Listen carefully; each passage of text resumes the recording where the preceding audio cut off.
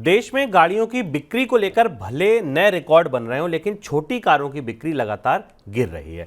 इस साल अप्रैल से सितंबर के दौरान छोटी कारों की बिक्री में 41% की भारी गिरावट आई है। इस दौरान सिर्फ 78,170 छोटी कारें बिकी, जबकि पिछले साल इस दौरान 1,32,000 कारें बिकी थीं। मारुति ऑल्टो, एक्सप्रेसो और रेनो क्विड जैसी गाड़ियां इस श्रेणी में आती हैं। सर, ये छोटी कारों का जो बाजार है, ये लगातार खत्म क्यों हो रहा है?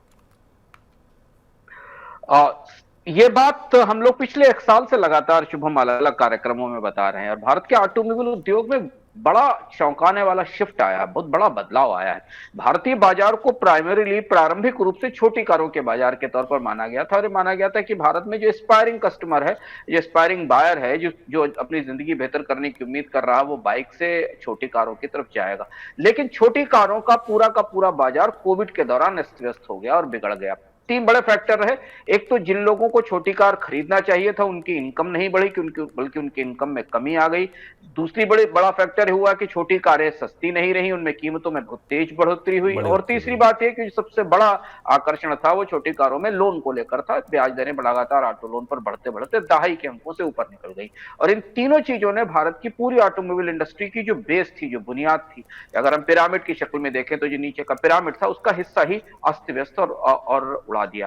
अब जबकि त्योहारों का सीजन लंबे समय के बाद आया, हमने 2 साल की मंदी और रिकवरी और पेंट अप डिमांड देखी, तो ये बड़ी परीक्षा थी कि इस दौरान क्या लोग छोटी कारें खरीदने की हिम्मत जुटा रहे हैं। यानी भारत का वो मध्य वर्ग जिसे एक कार देने का सपना भारत की ऑटोमोबाइल कंपनियां लंबे समय से दिखाती थी, क्या वो वापस लौट रहा है? और यहां से खबर काफी निराशाजनक है और ऐसा लगता है जैसे छोटी कारों का बाजार अब सिकुड़कर खत्म हो रहा है। भारत में मझोली और एसयूवी लेवल की कारों के ग्राहक ही बचे हैं। ये हार्डकोर स्पष्ट रूप से के शेप रिकवरी के स्थापित होने का मानक है। और सर, इससे अगर आप देखें तो उद्योग पर इसका क्या असर होगा? जब बड़ा बाजार ऐसा हो जाएगा तो उद्योग किस तरीके से बदलता दिखेगा?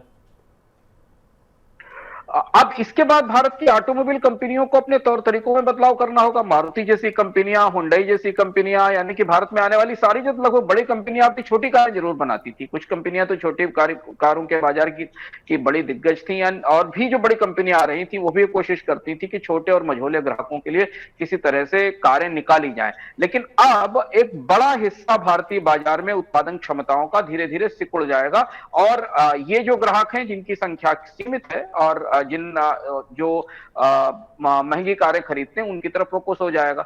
दूसरी बड़ी बात यह कि इन कारों का टर्न अराउंड या सेल वॉल्यूम बहुत कम होगा, क्योंकि महंगी कारें लोग जल्दी बदलते नहीं है। 15 लाख, 20 लाख, 25 लाख और 30 लाख रुपए से ऊपर की कारों को लोग लंबे समय तक रखते हैं, तो इनके सेल्स का नेटवर्क भी उतना बड़ा नहीं चाहिए होगा। यानी जो डीलरशिप है वो भी सिकुड़ेंगी, क्योंकि बड़ी डीलरशिप भारत के छोटे छोटे कस्बों तक पहुंच गई थी छोटी कारें लेकर। हर व्यक्ति के पास एक कार का सपना होता था, तो ये दूसरा बड़ा बदलाव होगा। और तीसरा, जो भारत का पूरा ऑटो कंपोनेंट उद्योग है, जिसे छोटी कारों को सपोर्ट करने के लिए तैयार किया गया था, वो भी अब धीमे धीमे अपने पूरे कामकाज में बदलाव करेगा। ये बड़ा ट्रांजिशनल शिफ्ट है, इसको आप बहुत बड़ा बदलाव मान सकते हैं शुभम, जो भारत के ऑटोमोबाइल उद्योग को कभी चाहिए नहीं था, पर लेकिन अब आ गया है और इसे स्वीकार करना पड़ेगा। एक और जानकारी ये कि Bharat new car assessment programme यानी बीएन कैप के तहत केंद्र सरकार ज़्यादा सुरक्षित गाड़ियों को सस्ता बीमा देने पर विचार कर रही है। बीएन कैप के तहत वाहनों को क्रैश टेस्ट के जरिए सुरक्षा रेटिंग दी जाती है और जिनको इस परीक्षण में अच्छी रेटिंग मिलेगी उनसे कम प्रीमियम वसूला जाएगा।